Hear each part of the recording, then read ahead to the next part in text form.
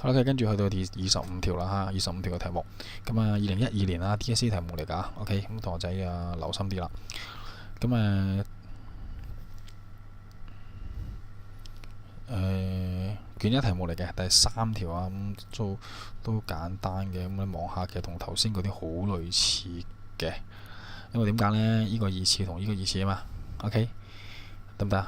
咁啊，又係講咩嘢？其實同頭先呢幾條都好似㗎，同24啊，同23啊，同22啊，同21都基本上同類型嘅嚇，改數字嘅啫。其實 OK，咁所以同學仔你睇完一次啦，你都可以冚埋佢，或者自己喺張白紙度做多一次。OK，因為其實呢啲全部都係好同類型嘅練習，基本上係合格咧係靠呢啲題目㗎啦，得唔得？即係呢啲係實質冇黐牙嘅。好，咁啊，呢一度呢，就將佢變咗做3y 先啦。OK， A 次減2ab 加 b 次咁啊。咁啊，你見到呢一個其實就會係變咗做 x 減 3y 嘅2次啦。咁呢個問點解唔係加 3y 嘅？因為呢一度係減啊嘛，呢度咪減咯，得唔得？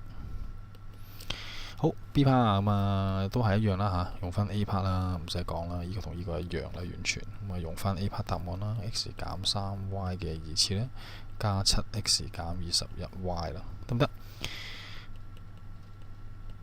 好，咁後邊呢就係加7啦，咁啊 x 減 3y 啦，x 減 3y，x 減 3y 啦，得唔得？x 減 3y 啦，抽咗一個 x 減 3y， 仲有個 x 減 3y 嘛，係嘛？後邊剩翻個正7啦，咁啊做完啦，得唔得？咁啊呢條嘅考呢啲咩呢？呢條考你第一樣嘢就係你識唔識用呢個啦嚇，咁啊就係 A 二次sorry，就係 A 減 B 嘅2次啦 ，OK， 同埋 A 加 B 2次呢兩條恒等式啦。咁第二呢，就會考你呢一個呢，就係 using A 啦，即係用 A part 嚟做 B part 啦，得唔得？